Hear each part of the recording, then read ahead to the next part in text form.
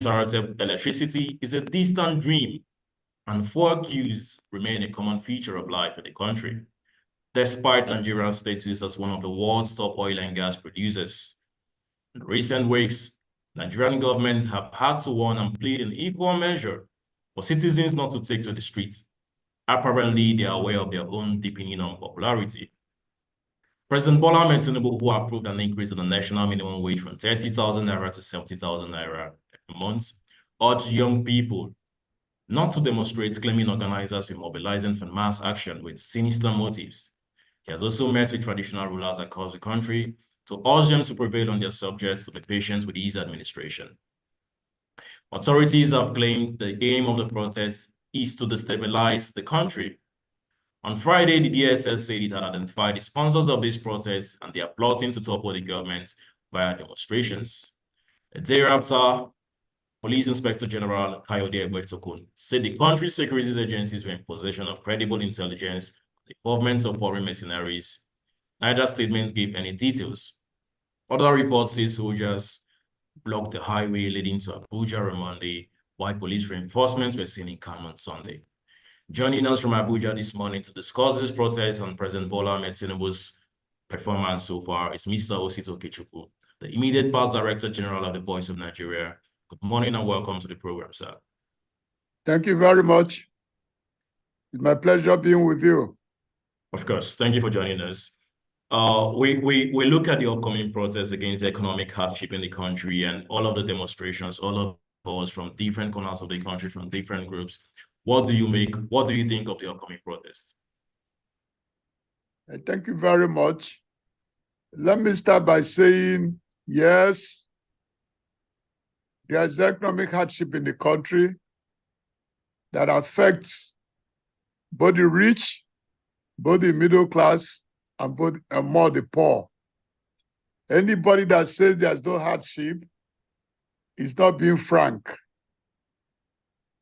However, it must be understood as well that President Bola Ahmed Tinubu, the entire membership of the All Progressive Congress, of which I'm a member, we appreciate the economic hardship in the country. And we have been trying to mobilize both foreign direct investment, both local ingenuity to get Nigeria to a production base on both agriculture and technology, and even the latest of the fine tech, all in an effort to boost production, to get more youths and more Nigerians at work. And we must understand as well that one of the key issues we'll be battling that is consuming a lot of resource is trying to return Nigeria back to secure country. No government or anybody on this platform could tell the Nigerian people how much President Tinubu is investing in trying to improve our security. We understand that without security, our farmers cannot go to the farms. Without security, there will be no accurate movement of people or seamless transportation of goods and persons across the country. So the key element, as if the government is not looking at the social infrastructure, is because the little resource on the ground, insecurity is consuming a lot of them. But outside that, those who are planning for the protests, for me, they have achieved a lot already. They have broken the town or the seeming conflict on the elite cadre, on the business elite cadre, or the economic bandit cadre. That today, Mr. President has pronounced that Dangote refinery, which allows Dangote, one of the foremost industrialists in the country, and one of the biggest employers of labor from the private end, had complained that his refinery is being starved of crude, which is the raw material for production of refined petroleum products.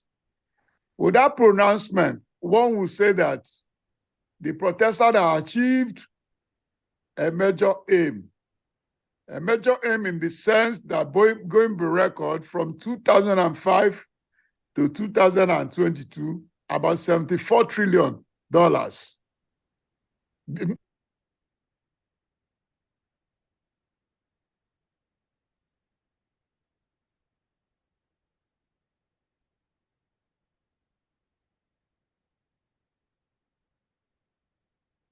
If we are spending over 8 billion naira monthly on importation or subsidy of importation of petroleum products, that means that if the Dangote refinery or other local refineries like the NNPC, Porako refinery, and other Mudla refineries will be allowed to come into full or approximate optimum capacity of production of petroleum resources in the country, we have saved a lot of money. What the protesters will join them. Mr. Caesar, you Yes. we look at you talk about saving thousands of dollars and from importation, right? We look at one of the very first policies of this administration, which was removal of fuel subsidy. That was one of the very first decisions of President Bola Ahmed Tinubu, and today, this decision has not gone well. Today, the price of petrol is at 1,300 naira per liter. We look at some of his economic policies, they are not going well at the moment. What do you think this government is getting right, and what do you think they are not getting right at the moment? Because people are angry, and rightfully so, they have every right to be angry.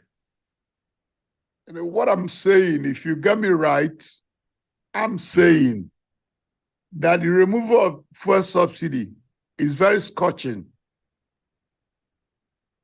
And the solution that have been proffered as of today, which nobody should disregard or take as if it's a peanut solution. It's not. That when you refine petroleum products in Nigeria, you've saved what is called cost, insurance, and freight of refined crude oil from abroad. You've saved the demurrage fees that is normally borne by we, the consumers of refined petroleum products. And if you remove those differential, you will come to terms with the fact that government had no business again to subsidize importation of fuel, and that the price will crash by itself. Let us start the 445,000 barrels a day.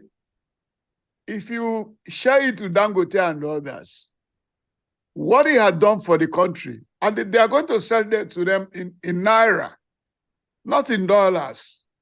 So the next move will be for us to join the protesters. If Dangote, as a monopolist, or any of the refineries start playing pranks in adjustment of prices, because elementary economics will tell you that when cost of freight, insurance, and demurrage is removed, you've come almost to 50% reduction of the price of the petroleum products.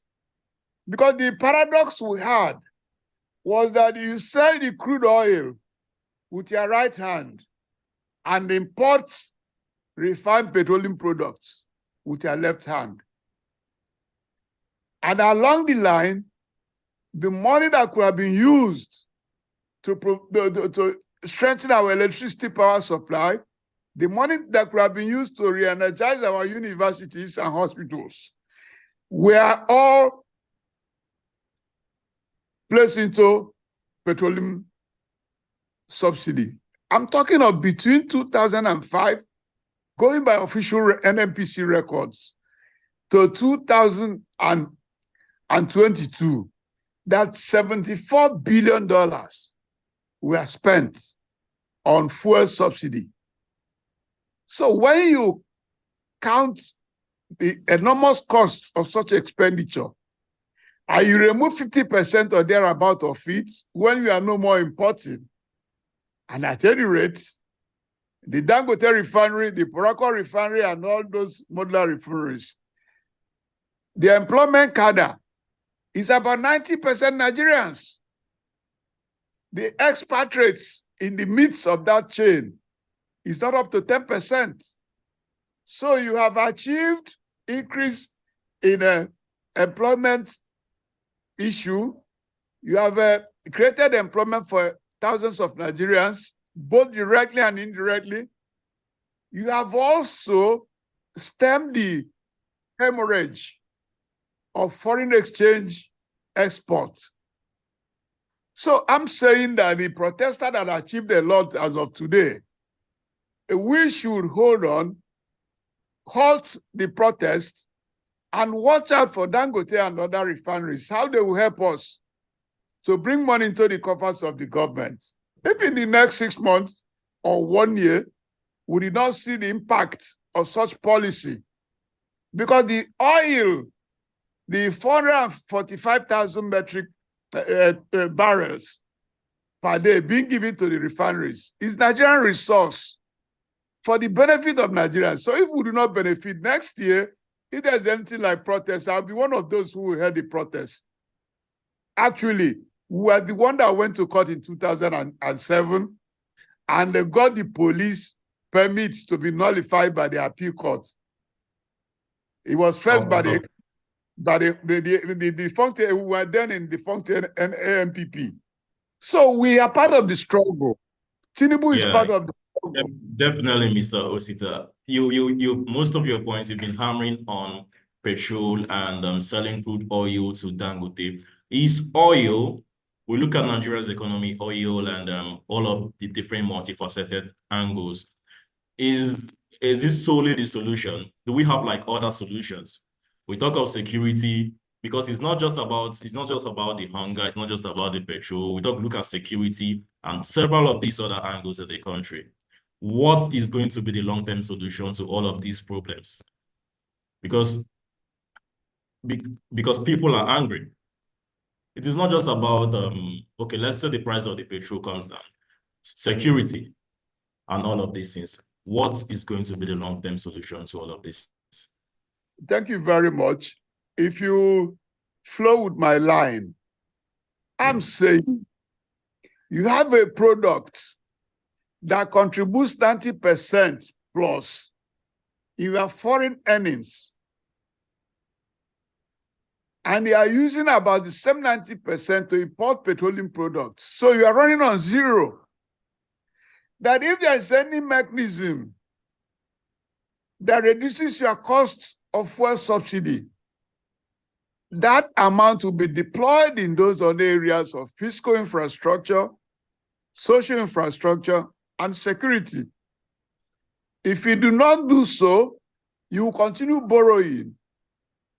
And they told us in elementary school that he who goes out borrowing goes out sorrowing. We don't want to sorrow. We are saying that it was callous for any official of the NNPC or thereabout to deny the Dangote refinery crude. But luckily, Mr. President had given it as an order. So we thank Mr. President for that. And I said that what happens is that a lot of people do not yet agree that democracy is not a revolution. All the growth recorded in democracy throughout history of liberal democracy have been incremental. So the incremental growth or achievement the protesters have done is they have forced the hand of government to liberate the Dangote refinery and others. And the next step should be to observe how the Dangote refinery and other refineries are utilizing that 445 barrels, 1,000 barrels of oil per day. If they are trying to go into what they call the hedonistic treadmill by enriching themselves further, then if they come to the street, I'll be part of those in the street. And many of us will join. Because the president are giving a soft landing to reduce the cost of petroleum product importation. And we will look into what the government doing with the service. It's important so that we are on a gradual run. If you go to the street and smash the street and loot people's wares without return a new government, if you pray for the army to come, the army had no better solution. The international community as it stands today cannot support the military. So if they cannot support you, where do you borrow from? You can't borrow from. The little we're having in terms of loans, grants, that is keeping Nigeria afloat will be denied the new military regime if it comes. We pray it doesn't. For those who are agitating, the best they should do is to utilize the storm called democracy. Give time to know whether the succor we are looking for will come from the safety nets provided by the local refineries. If that money saved is not well utilized, if they come to the street, most of us will join. But if they are just saying, let's crash it, let's crash it. Which country are we crashing? Nigeria. When Somalia was crashed, the world backed out. Sudan got crashed, the world backed out. Because they cannot kill themselves for you. They want you to run on the liberal democratic values. If APC fails again, vote APC out. If you don't want to vote APC out, then APC have no valid solution on the ground. Of course, democracy should always prevail. You served as the Director General of the Voice of Nigeria throughout former President Muhammadu Buhari's administration. Many people are of the opinion that most of the problems from his President Bola Ahmed Tinubu's administration was actually inherited from the government which you sent under. What would you say about this?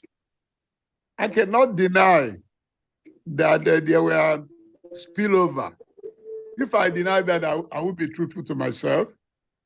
But also, do not forget, I remember a meeting we had with the then President Buhari, where we said the privatization process of state-owned enterprises like the distribution electricity companies were less than transparent.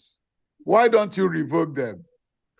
Buhari agreed with us, and we set up a small committee, and the legal minds came into it and said, look, if you revoke the laws, the world will shout that these are the then government in Nigeria that is not even APC government endorsed the privatization process to those private entities. So under which law are you going to revoke it? That's how we found ourselves where we are. Because there were companies like Siemens, when they came, they said they needed a total overhaul. Because we appreciate the import of electricity supply in the country, that will re-energize the economy and reflect it.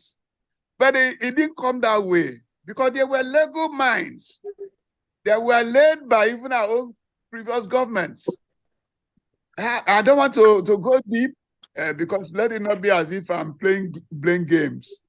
But whether there was a spill to what happened in the Tinubu administration, there was. And whether Tinubu had learned his own lessons, I think he had done that by looking into the fact that he's the petroleum minister and telling the NNPC, please give local barrels of oil that were already marked over decades ago for local refinery production. Do it and save the Nigerian state from 100% importation of petroleum products. And that reduction, for me, is the greatest achievement of the protesters. If they want to do anything further, I do not know. But wherever they are going might not be as tangible as monitoring this process to know whether there'll be beneficiary from that 445 thousands of barrels of oil in a day. Mr. Sita, thank you very much for that take. We look at the demands of the protesters and we look at what President himself did when former President Goodluck Jonathan. Good morning, ladies and gentlemen. Barely 8 months into President Goodluck Jonathan's administration, the then Bola Ahmed Tinubu, who was not the president, led a protest all over Nigeria against the Goodluck Jonathan administration. I think it's only fair that he allows, it was what he did. So on every angle, I think there's a justification for the protests, being that President Bola Ahmed Tinubu led the same protest during his own time against Goodluck Jonathan. What do you think? I'm not saying that we are not on the trench advocating that, but most importantly, what we actually protested then was that the then Minister of Finance, Ngozi Okonjo-Iweala, announced that he had a package of $23 billion for what they call the green refineries, was celebrated. Suddenly, we don't know what happened to it. We knew that the Chinese, their partners, brought their own fund into the $23 billion refinery. Only suddenly, you talked of increase. So we got angered. Our anger was based on the fact that you have already provided solution by the Greenfield refinery. Suddenly, up to today, the then PDP government never told the Nigerian people what happened to that Greenfield refinery. That was the major anger then. Who said is a solution? And we still say today that does it make sense that if from 1999 PDP government to 2015 when they existed, that they could not repair one refinery? Today is the same Mohamed Buhari regime you are talking about, that they had gone to this level of getting the Polako refinery to soon be on the stream, and had invested 20% to the Dangote refinery, which means they also encourage the Dangote refinery to come on stream. Nobody counts that for Buhari. Everything is on zero mark. Oh, Buhari got zero. It's not fair to say he got zero in every sphere. He didn't do that. Thank you very much, of course. The organization you were in charge of, the Voice of Nigeria, is an international media outlet meant to project the values, aspirations, and of course, project Nigeria to the world. With the popular demonstration right now, do you think the international community would sort of take a dim view and look down on President Bola Ahmed Tinubu's administration? How would you project the ongoing situation in Nigeria to the world? To me, I do not think that the protest will hold. Because if I'm one of the organizers, I look at the takeaway of the issue that the government have made a bold move to stop petroleum products refinery importation. Anybody that doesn't take it as a bold move, if I'm one of the organizers, what I should do is to compose a committee and meet the government and say we want to monitor the implementation. Because if something that is sold in dollars is now sold in naira, it means the Nigerian state is losing some money. And therefore, we should be interested in how it's monitored. That's why I said that democracy is not a revolution. The growth in Great Britain, the growth in America, growth in Canada, growth in Germany, the whole Europe, that is on liberal democracy, have been incremental. Yes, the protesters organized, we thank them. Because what they have done so far had yielded fruit already. Unless somebody is not taking the fruit as important. If it's not important, why don't you compose a committee to help to monitor the implementation? That would be my advice, because it is more fruitful. If you're on the street for the next 1 month, you ground everything, you get more Nigerians poorer, because there are people, if they do not come to the market or come to the street, they can't eat that day. The vendor you see hawking newspapers on the road, if there's no market, if there's no streets, that vendor goes hungry. The mama put by the roadside, and there are thousands in the country. The day there's no work, they go hungry. You force them to eat their little capital. By the time the strike is over, they might not start well again. So you have pushed more people into the multi-dimensional poverty we are running away from. That is my worry. It's not that I support agitation, I support protests. I participated in Save Nigerian against the Yar'Adua regime that brought Jonathan to power. We participated in all of them. But you must do a calculation. What is your take home? What are your demands? If your demand is that the price of petroleum products should come back. Now, Mr. President had given an order. Then you now ask yourself, now that we're producing locally, we're no more paying for the cost, we're no more paying for insurance, we're no more paying for freight, we're not paying for mortgage. Why is it still high? If you make that statement, I'll be part of what you're doing. Thank you very much, of course. Let's talk about the Nigerian Senate for a bit. I think most people are angry. The average Nigerian senator has a take-home of over 27 million naira, while the president has just signed 70,000 naira into law. 70,000 naira as of 2024 is not up to £50 or $50. The standard of living, the quality of life of the average Nigerian in 2024 is far off worse than what it was in 2015 and 2014. On the other hand, the price of rice is at 80,000 naira per bag. The president has also revoked the ban on importation of rice. We look at all of these things. All of these things will affect local production. Don't you think all of these action, exorbitant salaries from most people think that the Nigerian Senate is a joke as of today. We look at all of these, people are angry, they are angry with the Senate, they are angry with everything that is happening. It is not just how can you provide solutions as to how local production can improve?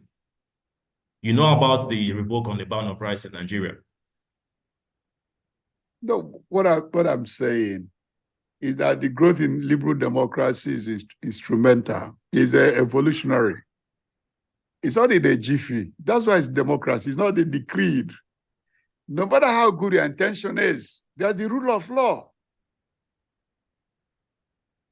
So what we're saying is, if there is a reduction in the cost of importation of refined petroleum products, we have a lot of money to use in other competing demands, like social fiscal infrastructure, like security. And we are saying, we're not talking about the Senate. Those who are agitators today, if they get to the Senate, ask them, if they get to the Senate, would they do otherwise? This is a very handful number in the distance. If they do a reduction as the House of Reps did, it's okay. But outside that, they are not the problem. The problem is, how do we energize our economy? There are a lot of people in our villages who are not interested who is the president. All they need is what is on the table. If they have enough food on the table, for God's sake, and there's any program which they are running today that might produce mass housing to the populace, if they have shelter, they have food. The few ambitious ones, if they manage to come to the Senate, it's always difficult in any liberal democracy to know them what to do. You can do so by elective offices. I wish when Labour came to the National Assembly, they were singing different tone. They were not. when NMP came to the National Assembly, they were all singing different tone. At any rate, all the major presidential candidates said they would remove fuel subsidy. There was no exception. The lot now fell on President Tinubu, and he did so. The bone of contention, all of the major presidential candidates said they were going to remove fuel subsidy. But so far, President Bola Ahmed Tinubu doesn't seem to have a plan. You on the day of your inauguration, you came into office, and the first thing you did was to remove the fuel subsidy without an outright plan on how the country was going to move forward. I think that's the major problem as to why many people are angry with his government. No, I'm not saying they are wrong to be angry. If you're angry, I don't have any problem with that. I'm angry myself.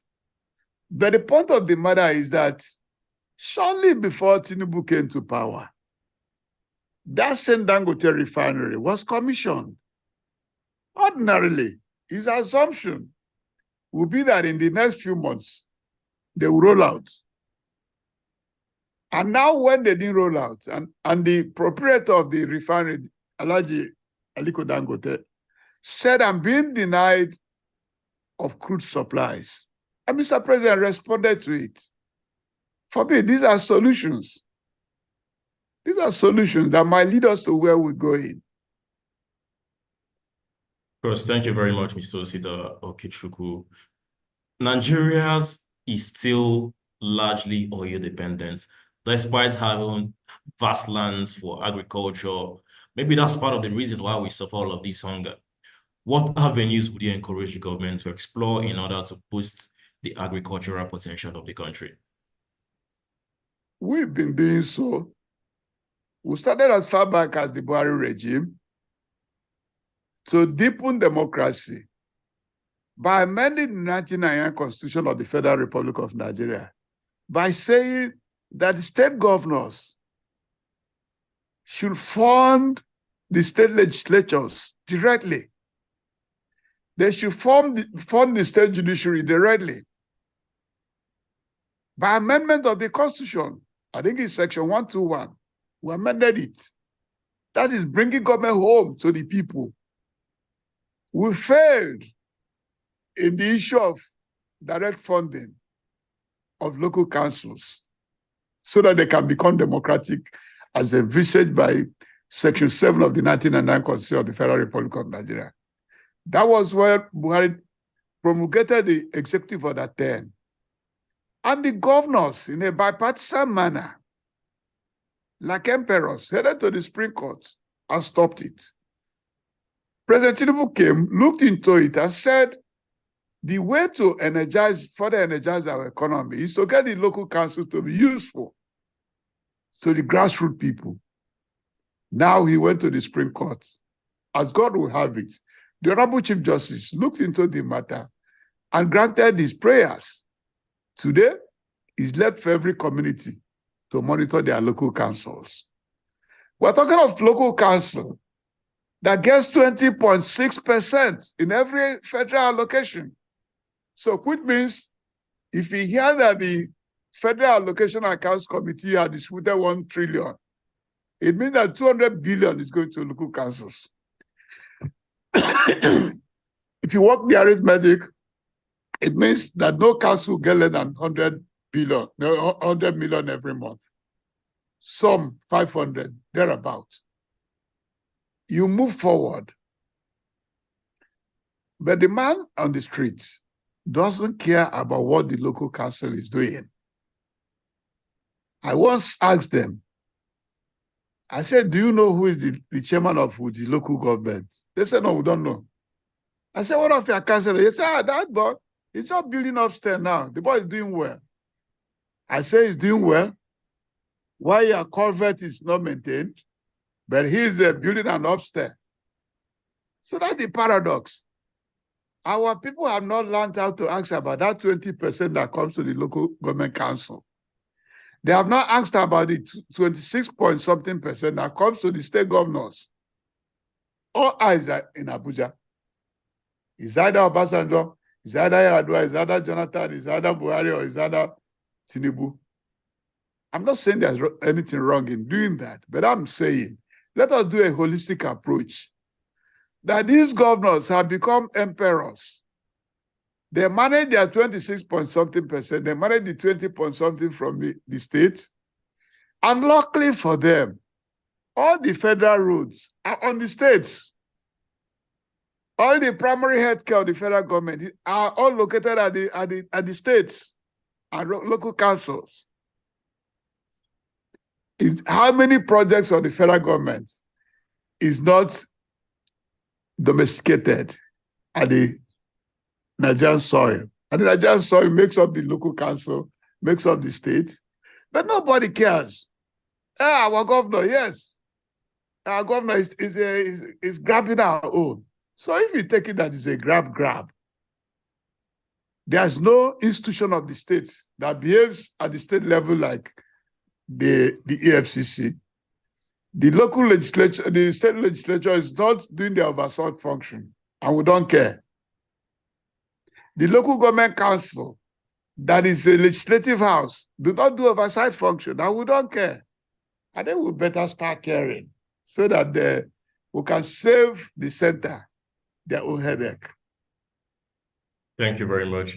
In the larger scheme of things, what role do you think both the states and local governments will play in order to reduce the economic hardship in the country right now? They should stop behaving like bandits. I'm sorry, like bandits? Because bandits in a common dictionary definition is taking an unfair advantage of others. The state governors are taking unfair advantage over us. The local councillors are taking unfair advantage over us. That's what I mean.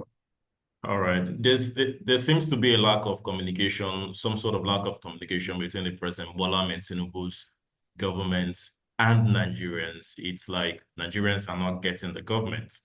Do you think, in what way do you think President Bola Tinubu's administration would better communicate to Nigerians in order to reduce their fears and, of course, stop the upcoming protests? I think it is by appeal. We've done so severally. We've tried to appeal. And if anybody looks back, the common sense is that what do you intend to achieve after 1 month, 2 weeks, 1 week, grounding the country? Are you pulling us out of poverty, or are you deepening our poverty? Those are questions that should be asked. Otherwise, monitor the process and monitor the handy takeaway they have achieved already. If you monitor it, we'll get to where we're going. The money is saved, and where the money is saved. Those are the two questions that I should ask if I'm one of the organizers of the protest. Not hitting the streets. If you hit the streets, we don't know the unintended consequence. And one of the dangerous is the entry of the military. And if they come, the world will abandon the country. It happened in Sudan. It happened in Somalia. Let nobody think that the world cannot do without Nigeria, for God's sake. Nigeria is not indispensable in the world equation, especially when one of the tools we have is in recession. The world is going to AI, going to robot workers.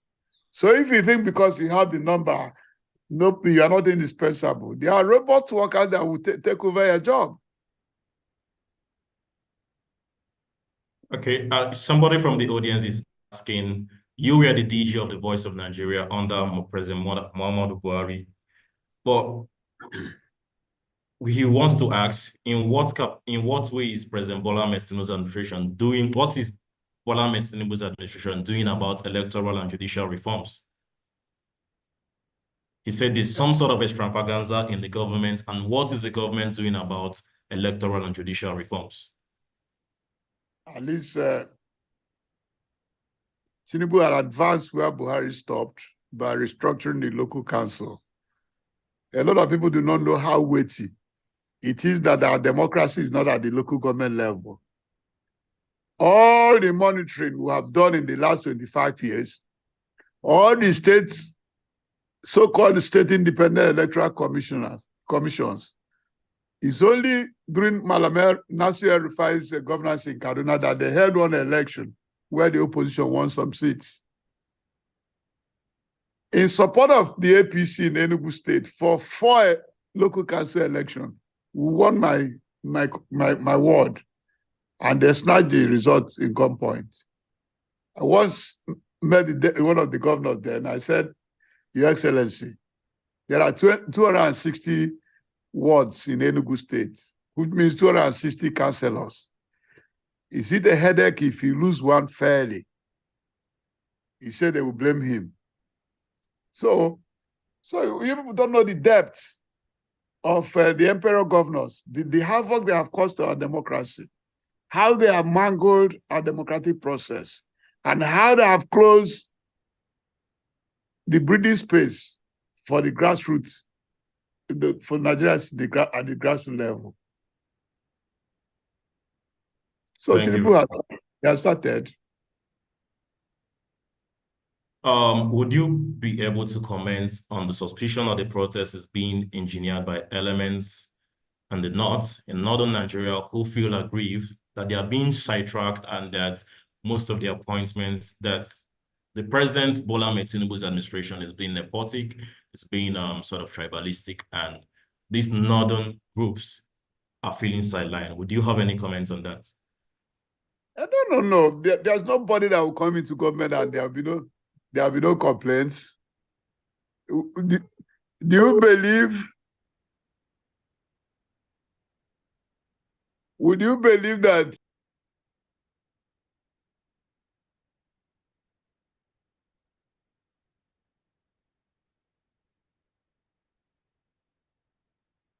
Mr. Osita?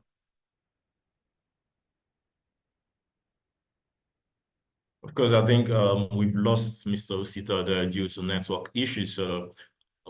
But the upcoming protest and everything, it's the anticipation, the current hunger of electricity, price of food, everything is gearing up, everything is going up.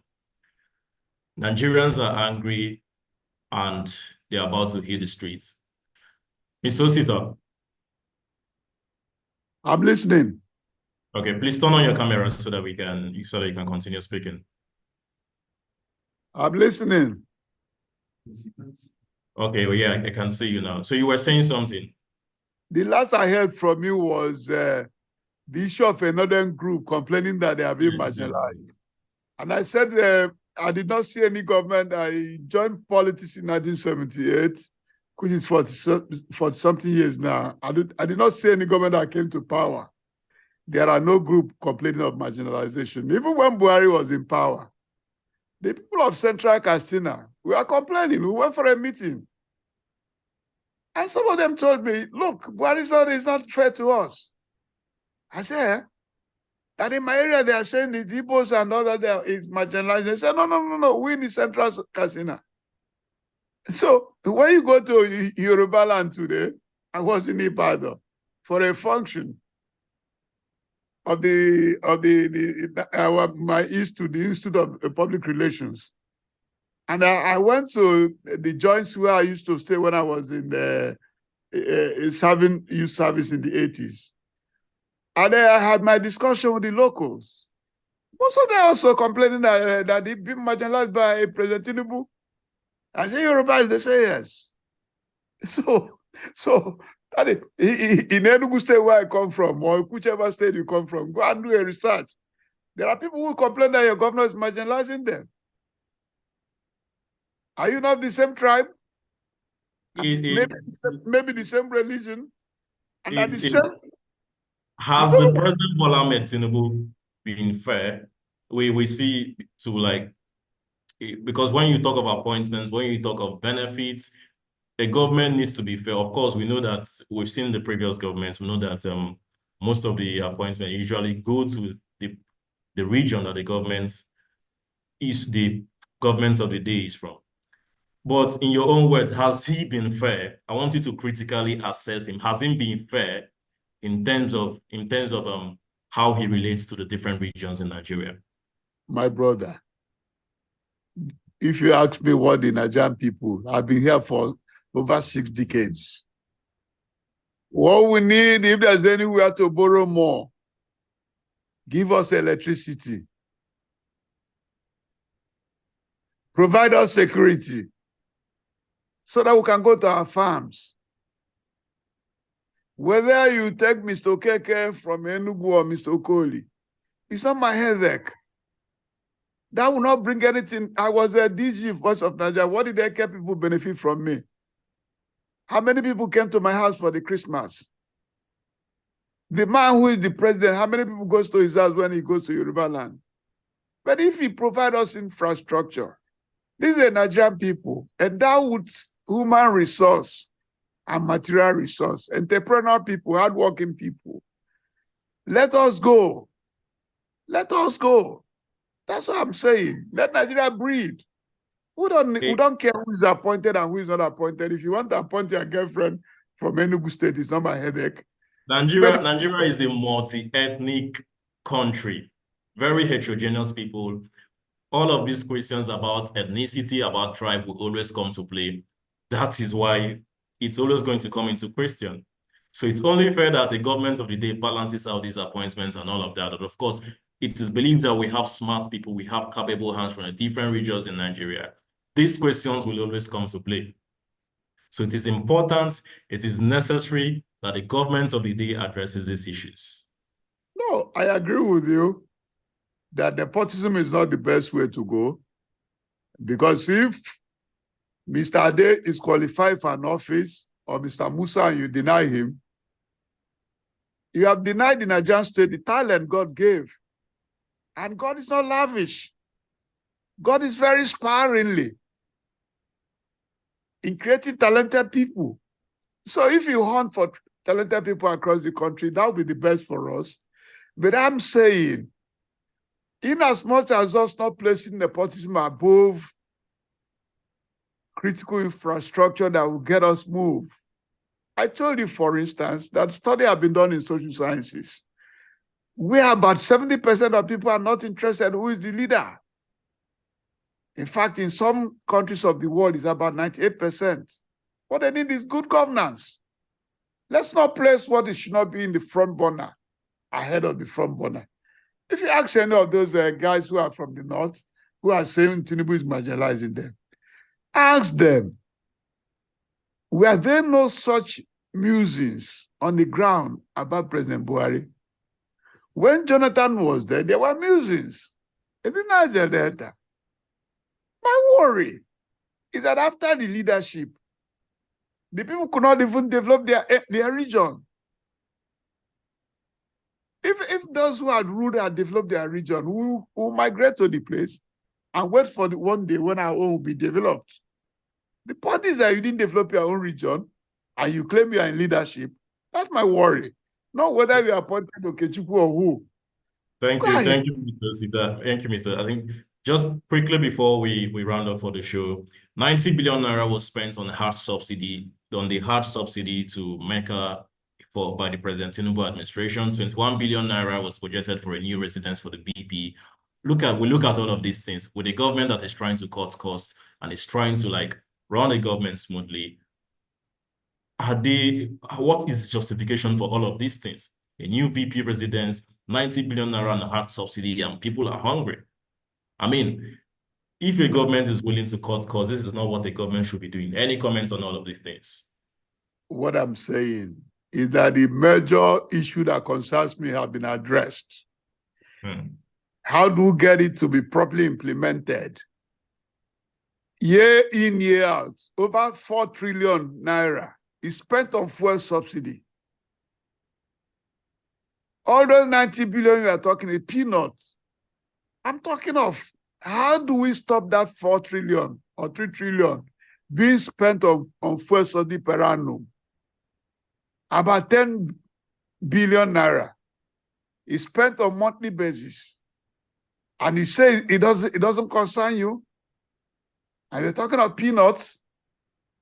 I'm talking of the major bleeding spots in our body, the bleeding spots, the hemorrhage that kept us on the knees. that made our universities to become, no Nigerian universities is listed in the first 100, in fact, first 1,000. Is that what we should be happy about? And we have over 200 universities. We have young men who are clamoring to get admitted that were not admitted. And we had a lot of licenses of people who want to open new universities. But none is listed among the first 100. No, I don't know how many is listed among the first 1,000. But if we free this money from fuel subsidy, the next move will be, where is it spent? Have they gone into the hedonistic treadmill of looting it again? If they didn't loot it, then we'll say, thank God, you have been gracious to the country. I think that should be where the focus is, not on going to the street to smash stores and come back and start gnashing teeth, push more millions of Nigerians into multidimensional poverty of no effect. What is democracy about? Yes, APC had failed. Please wait for us. Vote us out. Vote us out. If we do not improve until the next 4 years or the next 3 years, please vote us out. But wait and use that hammer of democracy to tell APC bye-bye. The PDP believe they will be voted out.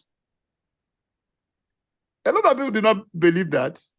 In fact, the former chairman of PDP then, my elder brother, Vincent Obulafo, Chief Obulafo, said they have 60 years mandate. Did it last 60 years? So it will be stupid of us in APC if we don't improve the dividend of democracy to the Nigerian people and think that we can't lose the election. How? Thank you, Why Mr. Fine words you've said. And your final words before we leave the studio, what can you say? Just in a final, in 1 minute, your final take on the upcoming protest. Why, dear, Ankali. Thank you very much, Mr. Osita Okechukwu, the immediate past Director General of the Voice of Nigeria under President Muhammadu Buhari. Thank you for joining us on the program. I appreciate it. Thanks for having me. With that, thank you very much. With that, we call it a wrap on today's edition of the program. My name is Emmanuel Chumawako. See you next time.